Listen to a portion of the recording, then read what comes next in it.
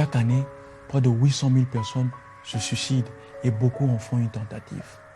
Chaque suicide est une tragédie qui touche des familles, des communautés, des pays entiers et qui laisse des effets durables sur ceux qui restent. Le suicide peut intervenir à n'importe quel moment de la vie.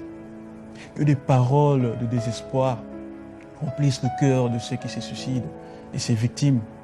J'ai perdu mon boulot. Mon business a été détruit par des attaques xénophobes. J'ai perdu mes parents qui soutenaient mes études.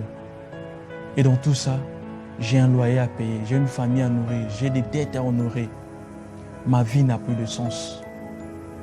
À quoi sert même de vivre encore? C'est même quoi le sens de la vie? Oui, que veut dire la vie?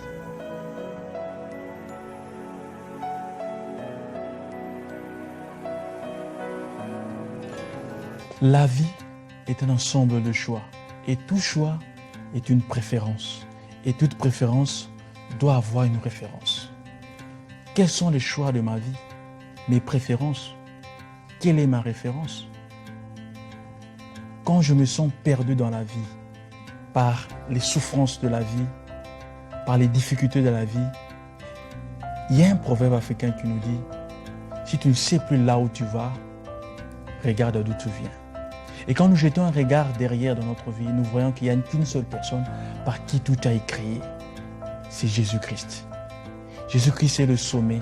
Il est la source de notre vie. Sans lui, notre vie n'a pas de sens. Sans lui, notre vie ressemble à une fleur qui est plantée dans un désert. Mais pour que Jésus occupe la première place de notre vie, soit la référence de notre vie, la préférence de notre vie, l'évangile de ce 23e dimanche nous donne deux conditions. La première, renoncer à mes relations. Mon père, ma mère, mes frères, mes sœurs, mes enfants, ma femme.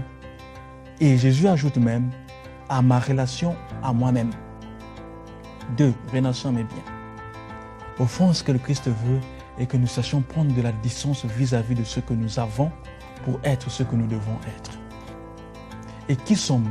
Nous sommes les enfants de Dieu, ceux qui ont été créés à l'image de Dieu, libres pour aimer. Le Seigneur nous invite donc au détachement. Mais il nous arrive parfois dans la vie que la croix que nous devons porter est plus lourde.